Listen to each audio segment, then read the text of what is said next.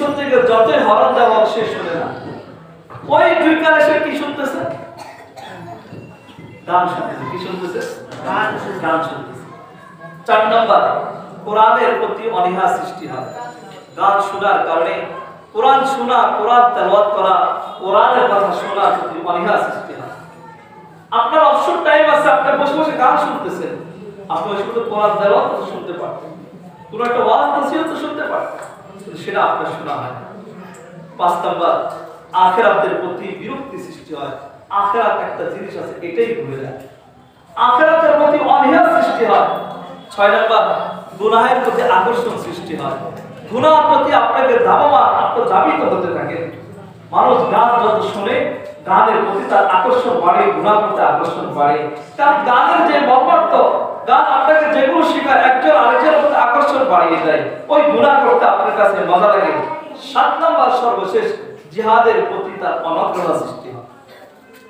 জিহাদকে শুনলেই সে মনে করে এটা জঙ্গিবাদ, জিহাদকে শুনলেই মনে করে সন্ত্রাসবাদ। আসলে জিহাদ কোনো সন্ত্রাস নয়। জিহাদ এটা পবিত্রতম একটা পদ্ধতি, ইলাহি কালিমাতুল্লাহ, আল্লাহর বিধান।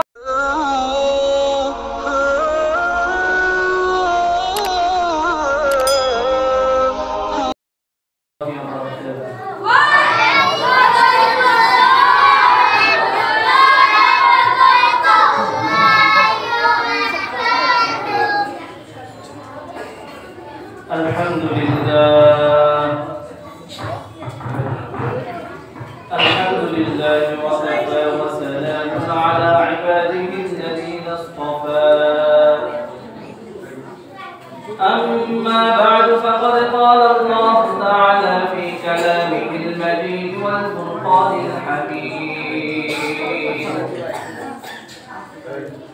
أعوذ بالله من الشيطان الرجيم. بسم الله الرحمن الرحيم. ومن الناس من يشتري لهو الحديث ليضل عن سبيل الله بغير علم ويتخذها هزوا أولئك لهم عذاب مهين. وإذا تتلى عليه آياتنا ولى مستكبرا كأن لم يسمعها كأن في أذنيه وقرا فبشره بعذاب أليم. وقال رسول الله صلى الله عليه وسلم الغنى ينبت النفاق في القلب. وقال رسول الله صلى الله عليه وسلم خيركم من تعلم القرآن وعلمه. وقال رسول الله صلى الله عليه وسلم طلب العلم فريضة على كل مسلم أو كما قال عليه الصلاة والسلام. صدق الله العلي العظيم وصدق رسوله النبي الكريم ونحن على ذلك لمن الشاهدين والشاكرين والحمد لله رب العالمين. سبحانك لا علم لنا إلا ما علمتنا إنك أنت العليم الحكيم. اللهم صل على محمد وعلى آل محمد كما صليت على إبراهيم وعلى آل إبراهيم إنك حميد مجيد. اللهم بارك على محمد وعلى آل محمد كما باركت على إبراهيم وعلى آل إبراهيم إنك حميد مجيد. الحمد لله. আল্লাহ তাআলা দরবারে লাখ কোটি শুকর ও সুজুদ যে রব্বে কায়নাত আমাদেরকে দুনিয়ার বিভিন্ন ব্যস্ততা থেকে ফারিগ করে মার্কাজুল কোরআন মাদ্রাসার আজকের এই ওয়াজ ও দোয়ার মাহফিলে উপস্থিত হয়ে কিছু কথা বলার শোনার তৌফিক দান করেছেন। শুকরিয়া আদায় করে আলহামদুলিল্লাহ। আমরা এখানে যারা আসছি যতটুকু সময় আলোচনা করব মনোযোগ দিয়ে শুনবো তো ইনশাআল্লাহ। দেখেন, আপনি যে মজমায় বসে আছেন, যে স্থানে বসে আছেন, এই মজমার ফজিলত কি? এই মজমায় বসার কারণে আপনার লাভ কি এভাবে জানতে হবে। মানুষ লাভ জানলে সেই কাজ করার প্রতি আগ্রহ বাড়ে না, লাভ না জানলে সেই কাজের প্রতি মানুষ চায় না। যেমন মানুষ জানে আমি যদি এখন ওইখানে দাঁড়াইয়া ঝালমুড়ি বিক্রি করি তো আমার লাভ আছে, আমি যদি ওইখানে দাঁড়ায় ডিম বিক্রি করি আমার লাভ আছে, আমি যদি 1 ঘন্টা এক জায়গায় লেকচার দিই আমার লাভ আছে। তো মানুষ লাভ জানে তো সেখানে গিয়ে কাজ করে। কিন্তু দিনই মজমায় বসলে এই সমস্ত দিনই হালকা দিনই জলসা যেগুলো হয় এখানে বসার দ্বারা লাভ কি, এটা যদি মানুষ জানে তাহলে মানুষের হাজারো যদি ব্যস্ততা থাকে ওই লাভের জন্য এখানে চলে আসে। এখানে বসার দ্বারা লাভ কি? রাসূলুল্লাহ সাল্লাল্লাহু আলাইহি ওয়াসাল্লাম ইরশাদ করেন, আল-জাওয়াদ শরীফের 1455 নম্বর হাদিস, আল্লাহ রাসূল বলেন, মাসদামা কওম ফি বাইতিন মিন বুয়ুতিল্লাহ, যখন মানুষ আল্লাহর জমিনে কোন ঘরে একসাথ হয়, ওয়ায়াতুনাহু, তখন সেখানে কোরআন তেলাওয়াত করে, ওয়ায়াতাদারাসুনাহু, আর কোরআনের উপরে তাদাব্বুর দর্শ করে চিন্তা ফিকির করে, কোন ঘরে একসাথ হয় কোরআন তেলাওয়াত করে বা কোরআনের দর্শ করে জিকির আজকার করে, আল্লাহ রাসূল বলেন, নাযালাত আলাইহিমুস সাকিনা, আল্লাহর পক্ষ থেকে সাকিনা নামক রহমত বর্ষণ হতে থাকে। সুবহানাল্লাহ। ওয়া গাশিয়াত আলাইহিমুর রাহমা, এবং রহমত তাদেরকে পরিবেষ্টন করে থাকে। ওয়া হাফাতহুমুল মালাইকা, এবং রহমতের ফেরেশতারা তাদেরকে পরিবেষ্টন করে থাকে। সুবহানাল্লাহ বলে। সুবহানাল্লাহ। আমাদেরকে পরিবেষ্টন করে রাখছে কে? ফেরেশতারা। কারা? কারা? রহমতের ফেরেশতারা আমাদেরকে পরিবেষ্টন করে রেখেছে। আর আল্লাহ তাআলা তার নিকটে ফেরেশতা আছে, ওয়া যাকারাহুল্লাহু ফীমান ইনদা, আল্লাহর নিকটে ফেরেশতারা আছে, আল্লাহ তাদের নিকট আমাদের আলোচনা করে। সুবহানাল্লাহ। সুবহানাল্লাহ। আমাদের আলোচনা কি করতেছে? আল্লাহ করতেছে। কে করতেছে? জোরে বলেন, কে করতেছে? এটা বলছে আলোচনাটা একটু মনোযোগ দিয়ে শুনতে হবে, একটু জবাব দিতে হবে। আমাদের আলোচনা আল্লাহর নিকট হয়, আল্লাহ আলোচনা করেন আমাদের ফেরেশতাদের সামনে। এর চাইতে আর দামি কি হতে পারে? এটা কিসের বরকতে? যেই মজলিসে বসে আছি এখানে কোরআনের আলোচনা হবে, আর যেখানে কোরআনের আলোচনা হয় সেখানে মর্যাদা এত, যারাই আলোচনা শুনে আল্লাহ তাদের আলোচনা ফেরেশতাদের সামনে করে। সুবহানাল্লাহ। চার দোকানে বসে থাকলে হবে? কোন হোস্টেলে বসে থাকলে হবে না। সময়কে দামি বানায় না। আমাদের বড়রা এভাবে সময়কে দামি বানায়। আপনি ঘরে বসে আছেন, আওয়াজ ক্লিয়ার কেন? আমাদের বড়রা সময়কে এভাবে দামি বানিয়েছে। বড়রা জানেন আল্লাহ কোরআনে বলেছেন, ওয়াল আখিরাতু খায়রুম ওয়া আবকা, আখিরাত এর কল্যাণকামী এবং স্থায়ী। আখিরাত ওয়াল আখিরাতু খায়রুম ওয়া আবকা, আখিরাত এটা দামি, এটা স্থায়ী, দুনিয়া অস্থায়ী। এর আখিরাতকে কিভাবে দামি বানানো যায়, আখিরাতকে কিভাবে মর্যাদাশীল করা যায়, এটা একজন মুসলমানের ফিকির হওয়া যায়। এর হাজির, আজ আমরা দুনিয়াটাকে নিজেদের আপন মনে করতেছি আর আখিরাতকে ভুলে গেছি। আসলে দুনিয়াটা কেমন জানেন? আমরা কি আকাশ দেখি না? জি। আসমান দেখি না সবাই? জি। বলে আসমান দেখি না? জি। আমি যেই ছাদের উপরে দাঁড়াই মনে হচ্ছে একবার দূরে গেলে মনে হয় এটা নাইমা গেছে গিয়া পাওয়া যাবে, তাই না? আবার ওইখানে একবার দূরে গেলে আবার মনে না মনে আরো একবার দূরে, আবার একবার দূরে গেলে মনে হবে আবার একবার দূরে। এইভাবে আমি যত দূরে যেতে থাকবো মনে হবে আসমান জমির সাথে মিশে গিয়েছে, আমি আমার ওই স্থানে গেলে আসমানকে ধরতে পারবো না। আমি আমার আপ্রাণ চেষ্টা চালাবো কিন্তু আসমানকে ধরতে পারবো না। রব আমাদের জন্য একটা মেসেজ দিয়েছেন যে দুনিয়ার পিছনে তুমি যত দৌড়াও, দুনিয়াকে তুমি যত আপন মনে করো দুনিয়াকে তুমি পেয়ে ফেলবা, একটু পরে দুনিয়া তোমার হাতে চলে আসবে, এটা করতেই পারো কিন্তু দুনিয়া তুমি হাতে আনতে পারো না। দুনিয়া তুমি হাতে আনতে পারো। আজ দুনিয়ায় আমাদের, দুনিয়ার পিছনে আমরা সময় নষ্ট করছি, দুনিয়াটাকে আমরা আসল বানাই ফেলছি। ওই আসমান ধরার জন্য দৌড়ঝোঁক করলে যেমন আসমান ধরা যায় না, ওই দুনিয়ার পিছনে দৌড়াইলে আপনি দুনিয়া ধরতে পারবেন, ওই দুনিয়াকে আপনি ধরতে পারবেন।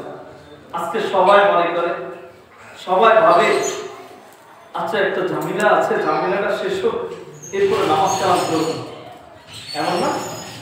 কয়দিন আরেক এটাও শেষ হোক পরে নামাজ কালাম করবো, হজ করে ভালো হয়ে যাবে, সুদ বন্ধ করে দেবে, এরপরে ভালো হয়ে যাবে। কিন্তু দুনিয়ার ঝামেলা একটা পর একটা আসতেই থাকবে। দুনিয়াতে যতদিন থাকবেন একটা পর একটা আসতে থাকবে। দুনিয়াতে এমন কোনো মানুষ নাই যার কোনো ঝামেলা নেই।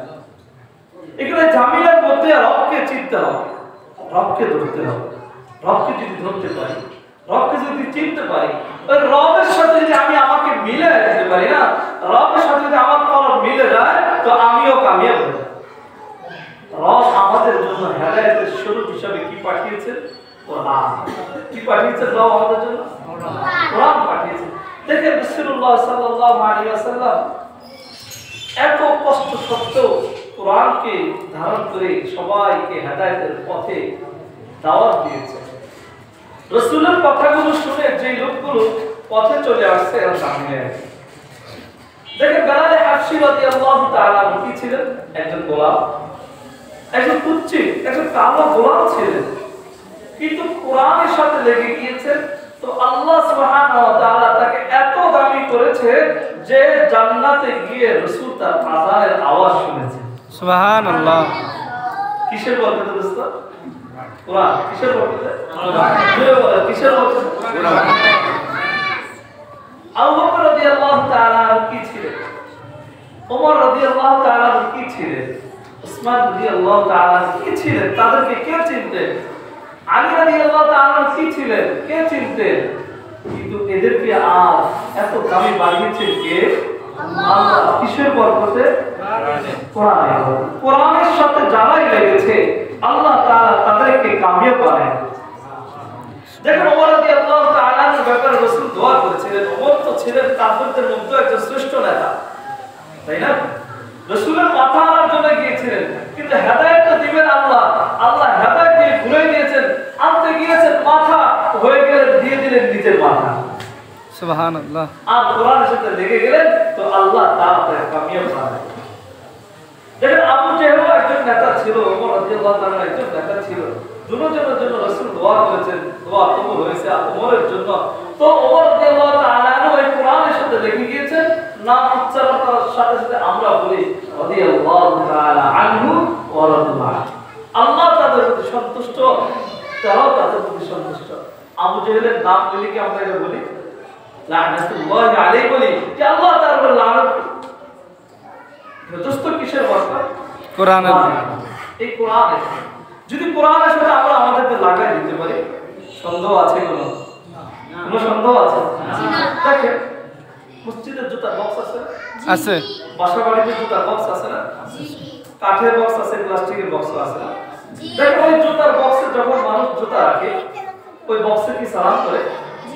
পাও লাগলে সালাম করে? চুমা খায়? কিন্তু যখন যে কাঠের সাথে যে প্লাস্টিকের সাথে কোরআন লেগে গেল, এটা রেহান হয়ে গেল, এটা রেহান হয়ে গেছে। যখন রেহান হলো, রেহানের সাথে পাও লাগলে মানুষ সাথে সাথে কি করে? সালাম। কেন? কোরআনের বরকত। কিসের বরকত? জোরে দোস্ত, কিসের বরকত? কোরআনের। এখানে কোরআন যার সাথে লেগেছে, যার সিনায় কোরআন এসে গিয়েছে, আল্লাহ তাআলা তাকে মর্যাদাশীল বানিয়েছেন। সুবহানাল্লাহ। এটা কোরআনের সাথে থাকতে হবে। কোরআন আমাকে যেই পথে চলতে বলে, কোরআন আমাকে যেই পথ থেকে বিরত থাকতে বলে, সেই পথে চলতে রাজি তো ইনশাআল্লাহ। ইনশাআল্লাহ। কোরআনের সাথে আমি নিজে লাগাবো, আমার পরিজনকে লাগাবো, তো আল্লাহ তাআলা প্রত্যেককে দামি করবে। দোস্ত, আমাদের দুনিয়া যেমন দামি হবে, আখিরাতের দামি হয়ে যাবে। আর দুনিয়াতে যদি নিজের জীবনকে আখিরাতের হিসাবে যদি দামি বানাইতে না পারি, তো আমার আখিরাত নষ্ট হয়ে যাবে। আখিরাত নষ্ট হয়ে যাবে, আখিরাত নষ্ট হবে তো আমার দুনিয়া আখিরাত সব বরবাদ হবে। দোস্ত, আমি সূরা লুকমান থেকে দুইটি আয়াত তেলাওয়াত করি। আয়াতকে সামনে নিয়ে কিছু কথা বলবো। মূল আলোচনা এখানে, একটু মনোযোগের সাথে শুনতে হবে। আমি কথা বলবো, হয়তো অনেকের কাছে তিতা লাগবে কথা বলবো, কিন্তু মানতে হবে কথাগুলো শুধু। কেন আমাদের আজকে এত সমস্যাগুলো কোথায়? আমাদের ছেলে হেজ করতে পারছে না, আমার কাছে অশান্তি লাগে, আমল করতে ভালো লাগে না, নামাজ পড়তে ভালো লাগে না, এগুলো কোথায়? এই কারণগুলো কি? এগুলো আমি বের করে দেব। আল্লাহ সুবহানাহু ওয়া তাআলা সূরা লুকমানের 6 নম্বর আয়াত নাযিল করেছেন। ওয়া মিনান নাসি মান ইয়াশতারি লাহওয়াল হাদিস লিয়ুদিল্লা আন সাবিলিল্লাহি বিগাইরি ইলমিন ওয়া ইয়াত্তাখিযাহা হুজওয়া। আল্লাহ সুবহানাহু ওয়া তাআলা আয়াতের নাযিল করার পিছনে, যাকে আমাদের কোরআনের পরিভাষায় বলে থাকি সাবাবে নুজুল, শানে নুজুল, প্রেক্ষাপটকে, আয়াত নাযিল হওয়ার প্রেক্ষাপট ছিল রাসূলুল্লাহ সাল্লাল্লাহু আলাইহি ওয়াসাল্লাম যখন একাত্মবাদের দাওয়াত দিতে লাগলেন, মক্কার এক কাফের নজর বিন হারিস রাসূলের এই দাওয়াতে মুসলমান যখন আস্তে আস্তে মুসলমান হতে থাকলেন, কুরাইশ কাফেররা মুসলমান হতে লাগলো, রাসূলের তেলাওয়াতে তারাও যখন তেলাওয়াত শুনতে লাগলো, ওই গভীর রজনীতে রাসূল যখন তেলাওয়াত করে তারাও ভবনে তেলাওয়াত শুনতে চলে যেত, তখন নজর বিন হারিস চিন্তা করলো যে এই লোকগুলোকে কোরআন থেকে সরাইতে হবে। কোরআন থেকে সরার জন্য উপায় কি? উপায় হলো যে মুহাম্মদ যেমন কোরআন তেলাওয়াত করে তাদেরকে শোনায়, ঠিক এমন কিছু জিনিস আনতে হবে, এমন কিছু কাব্য রচনা আনতে হবে, এমন কিছু বই, এমন কিছু পত্র তাদের সামনে দিতে হবে, উপন্যাস তাদের সাথে দিতে হবে, যেগুলো পড়ে তারা আর কোরআনের দিকে যাবে না, এই উপন্যাস গুলো পড়তে থাকবে। অথবা এমন কিছু গায়িকা তাদেরকে দিতে হবে, যে গায়িকাদের গান শুনে শুনে তারা অভ্যস্ত থাকবে, এই গানগুলো শুনতে থাকবে। এই নজর বিন হারিস যেমন ইচ্ছা করেছে, সে বহির্বিশ্ব থেকে কিছু গায়িকাকে কিনে এনেছে। কোন কোন রওয়ায়েতে পাওয়া যায় সে কিছু ওই গল্পের বই, অশ্লীল কিছু বই কিনে এনেছে, এগুলো আরবের মানুষদেরকে দিয়ে দিল, তোমরা এগুলো পড়ো, মুহাম্মদের কোরআন শোনা। আর তাফসীর বিদ্যান বলে ওই গায়িকাকে কিনে এনেছে, গায়িকাকে বিভিন্ন মজমা করে সেখানে নাট্যমঞ্চ করায়। কি করায়? জোরে বলুন, কি করতো?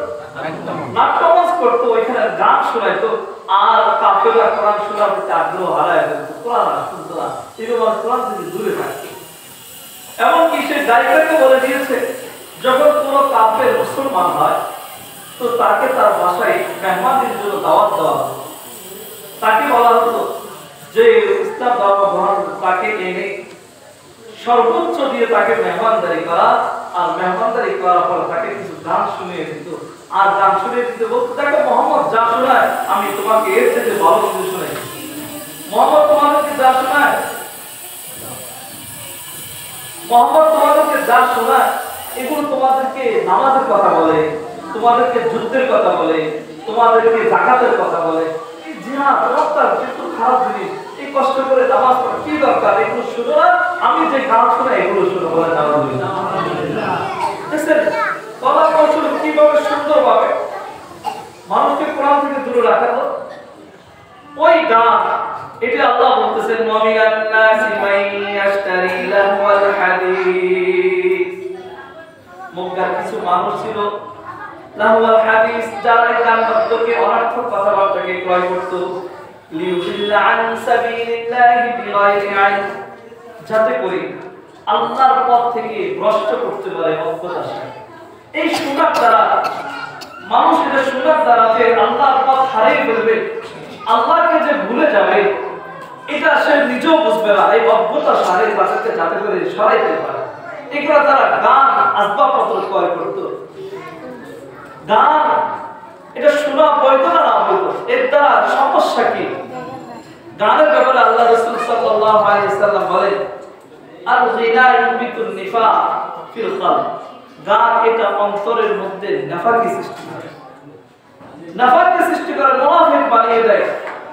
রাসূলুল্লাহ সাল্লাল্লাহু আলাইহি ওয়াসাল্লাম আরেক হাদিসে ইরশাদ করেন, তিরমিজি শরীফের 1292 নম্বর হাদিস, রাসূলুল্লাহ ইরশাদ করেন, লা তাবিউল কায়নাত, লা তাবিউল কায়নাত, তোমরা এই গায়িকা গানবাদ্যের আসবাব যেগুলো আছে এগুলোকে বিক্রি করো না, ওয়ালা তাশতারুহুন্না, সেগুলোকে ক্রয় করো না, ওয়ালা তুআল্লিমুহুন্না, সেগুলোর তালিম শিক্ষাও দিও না, ওয়ালা খায়রা ফি তিজারাতিন ফিহিন্না, এবং এগুলোর ব্যবসার ভিতরে কোনো লাভ নেই, ওয়াসামানুহুন্না হারামুন, আর এগুলোর মূল্য যেগুলো তোমরা পাও এগুলো হারাম। তাই গান বাদ্য করা, গান বাদ্য শোনা, গান বাদ্যের আসবাব ক্রয় করা, বিক্রয় করা, শিক্ষা দেওয়া সবকিছু কি? আর আমাদের দেশে গান বাদ্যের স্কুল আছে কিনা? আছে। নৃত্যের স্কুল আছে কিনা? নৃত্যের স্কুল আছে কিনা যদি বলেন? আছে। আছে। আমাদের মুসলমানের সন্তানরা নৃত্যের স্কুলে পড়ে। রাসূল স্পষ্ট বলে দিয়েছেন, রাসূল স্পষ্ট ঘোষণা দিয়েছেন, গান বাদ্য শোনা, ক্রয় করা, বিক্রি করা, এগুলো শিক্ষা দেওয়া, এগুলো সবকিছু হারাম। কিন্তু মুসলমানের সন্তান কি করে গান বাদ্য শুনতে পারে? মুসলমানের সন্তান গান বাদ্য শোনার জন্য বহির্রাষ্ট্র থেকে শিল্পী কিনে আনে, শিল্পীকে ভাড়া করে আনে। গত কয়েকদিন আগে ঢাকাতে বিশাল এক কনসার্ট করেছে। উত্তরা থেকে নিয়ে এই রাস্তা পুরোটা ব্লক ছিল, বিকাল 4টা থেকে প্রায় 12টা পর্যন্ত ব্লক ছিল এই গান শোনার জন্য। কোন সাংবাদিক বলে নাই রাস্তায় জ্যাম পড়েছে, ওলামায়ে কেরাম সমাবেশ করেছিল আর একটু জ্যাম পড়েছে, সমস্ত সাংবাদিকদের গায়ে জ্বলন সৃষ্টি হয়েছে। ঠিক। ওলামায়ে কেরাম সমাবেশ করবে, দ্বীনের আলোচনা শোনাবে, এর জন্য একটু জ্যাম পড়লে সাংবাদিকতা উদয় হয়, মানবতা তাদের ভিতরে জাগ্রত হয়। কিন্তু গান শোনার কারণে, গানের কনসার্ট কারণে পুরো জমিনে আল্লাহ তাআলা আযাব নাযিল করেন।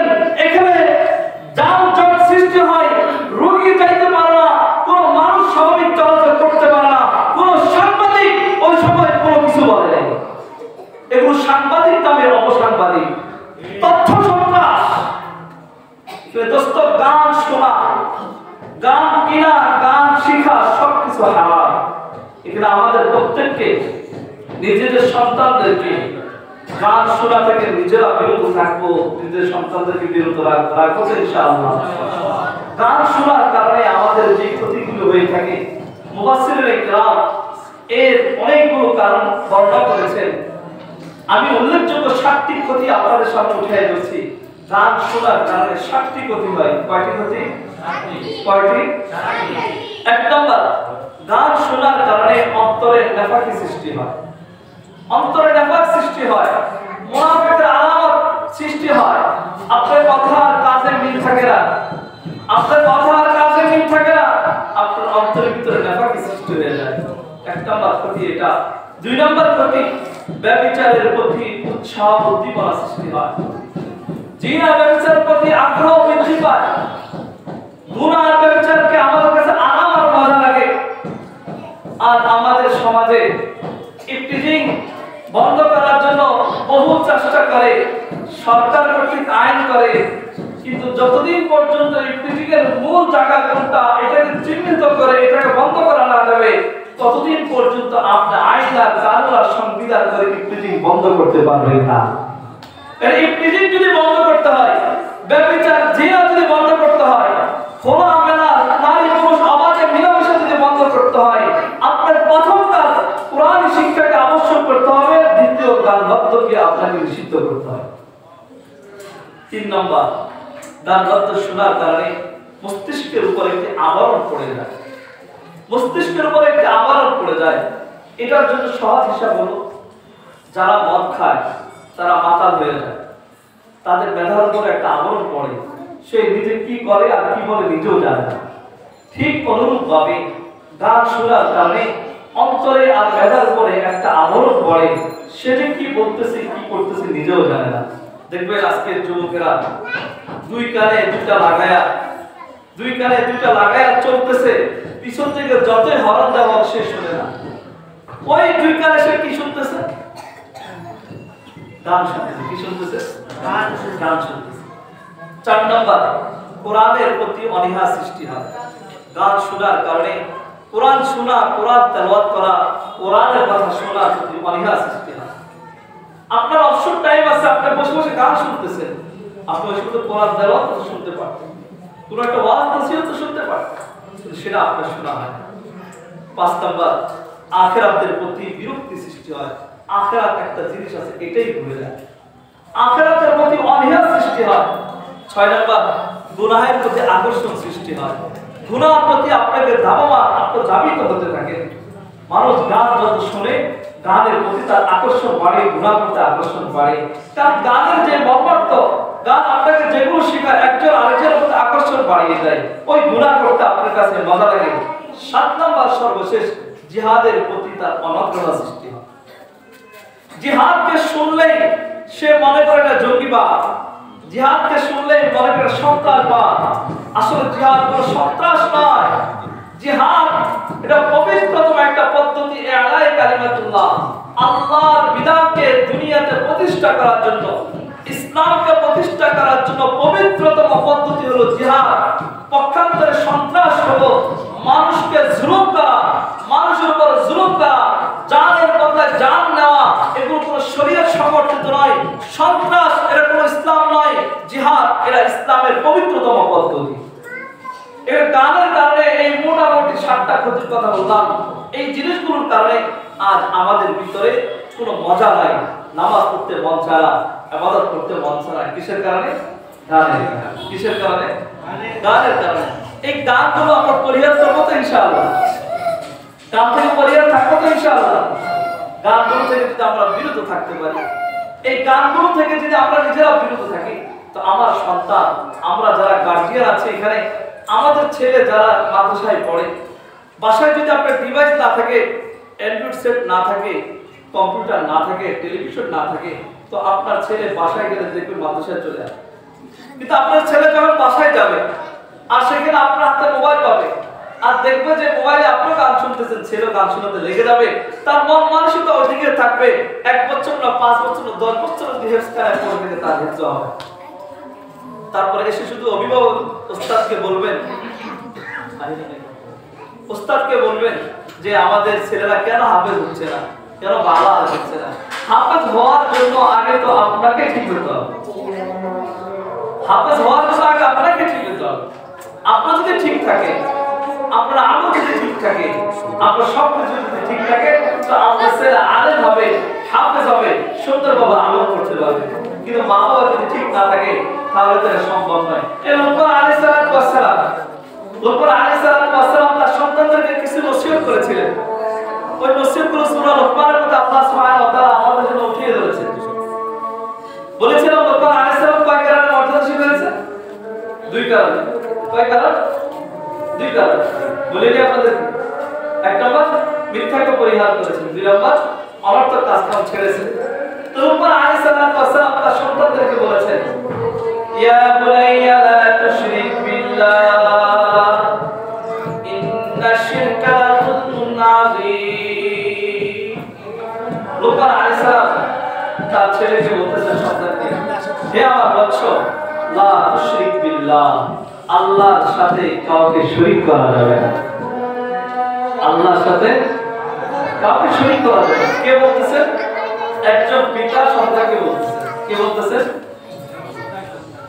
একজন পিতা তার সন্তানকে নসিহত করতেছেন, হে আমার বৎস, লা তুশরিক বিল্লাহ, আল্লাহর সাথে কাউকে শরীক করা যাবে না। তার মানে লোকমান আলাইহিস সালাম এখানে যে জিনিসটা বুঝিয়েছেন, সেটা হলো প্রত্যেক গার্জিয়ানের জন্য উচিত, প্রত্যেক মা বাবার জন্য উচিত তার সন্তানকে সর্বপ্রথম একাত্মবাদের বিশ্বাস শিক্ষা দেওয়া। প্রথম কর্তব্য এটা যে সে তার সন্তানকে শিক্ষা দিবে আল্লাহ ছাড়া কোনো মাবুদ নেই, লা শারীকা লাহু ওয়া বিযালিক, আল্লাহর সাথে কোনো শরীক নেই, ইল্লা হুয়াল হাইয়ুল কাইয়ুম, আল্লাহ এমন সত্তা যিনি হাই, যিনি কাইয়ুম, যিনি চিরপ্রতিষ্ঠিত, যিনি চিরঞ্জীব।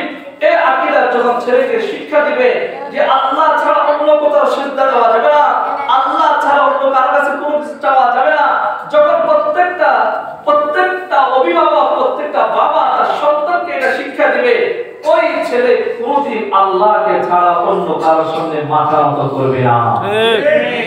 কিন্তু আর আফসোস আর পরিতাপের বিষয়, আমাদের সন্তান আমরা নিজেরা যখন দেখি যে আমার চাকরি নেই, যখন দেখি আমার সন্তান হচ্ছে না, যখন দেখতেছি গর্ভে চলে, তখন ওই বিভিন্ন বাবাদের দরবারে চলে যাই, বিভিন্ন মাজারে মান্নত করি, মাজারে গিয়ে সেজদা দিই, মাজারে গিয়ে মাথা লুটিয়ে পড়ি।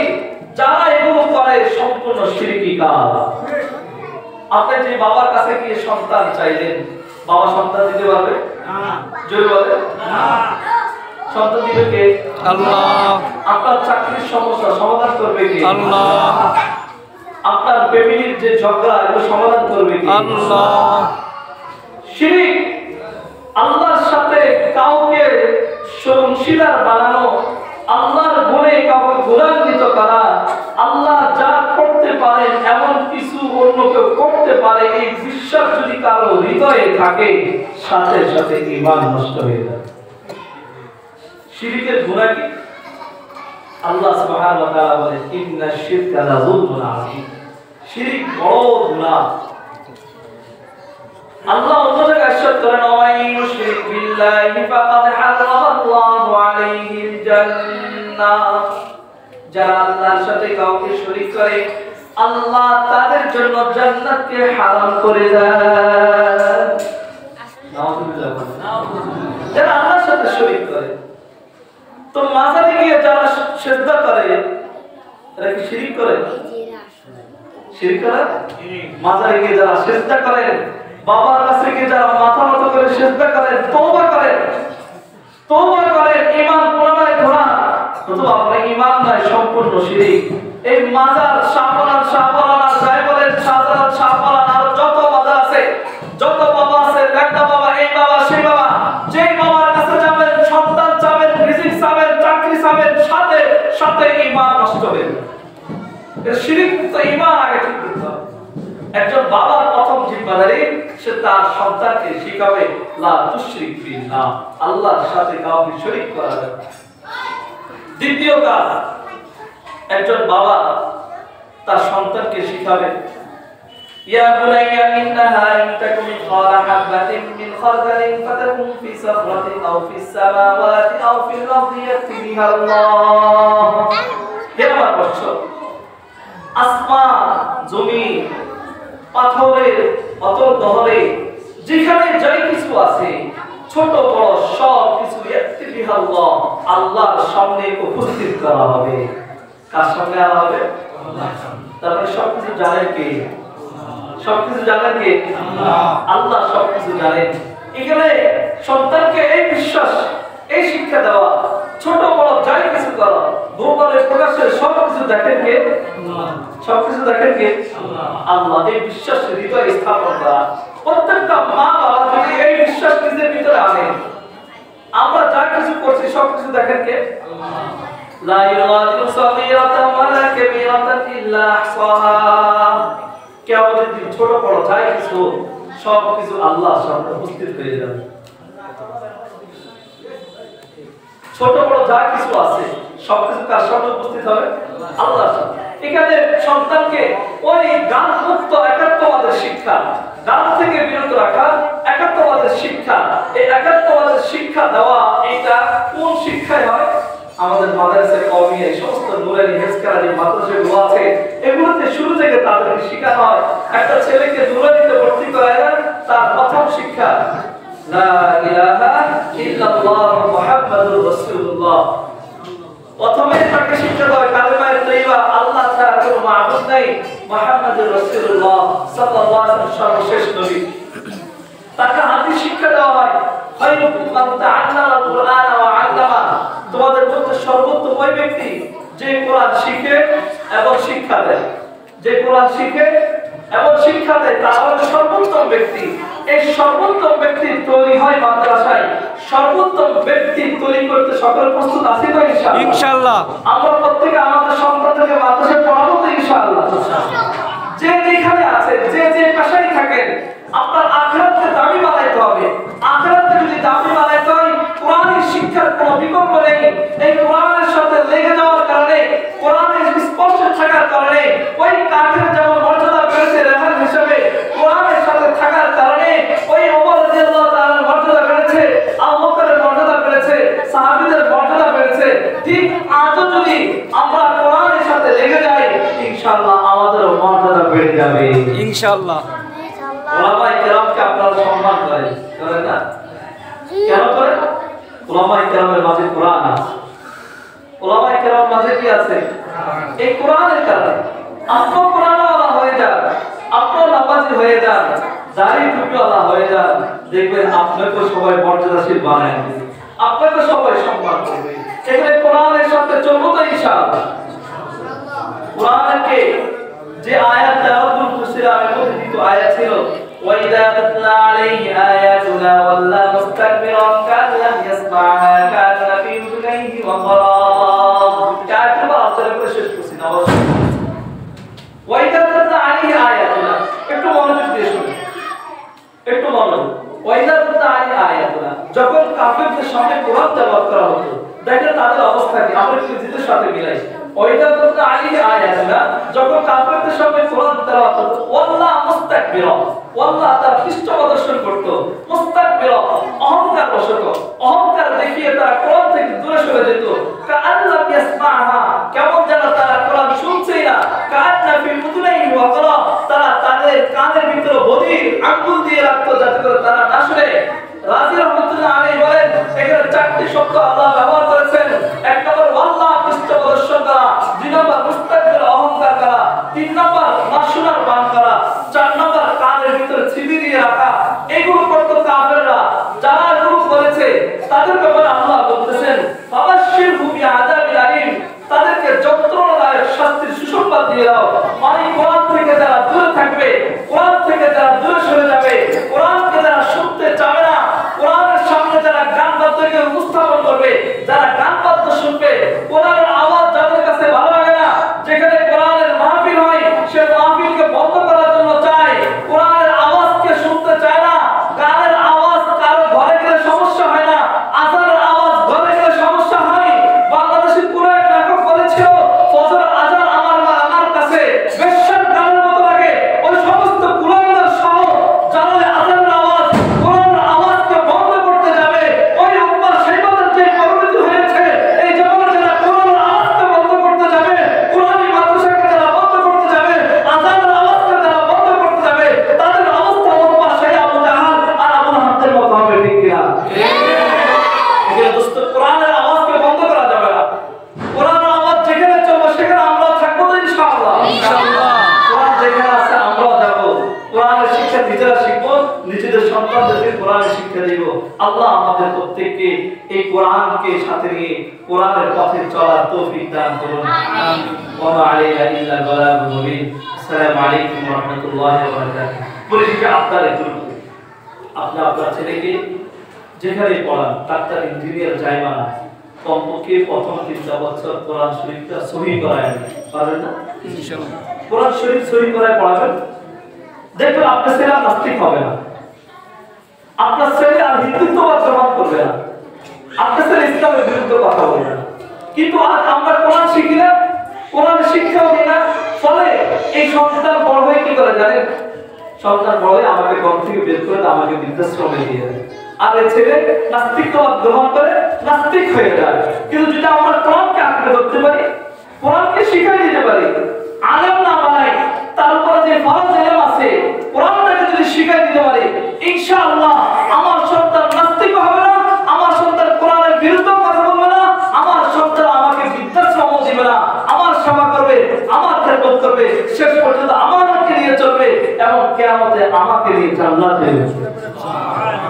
আল্লাহ আমাদের প্রত্যেককে নিজের সন্তানকে কোরআন শেখানোর তৌফিক দান করুন। আমিন। সুবহানাল্লাহি ওয়া বিহামদিহি।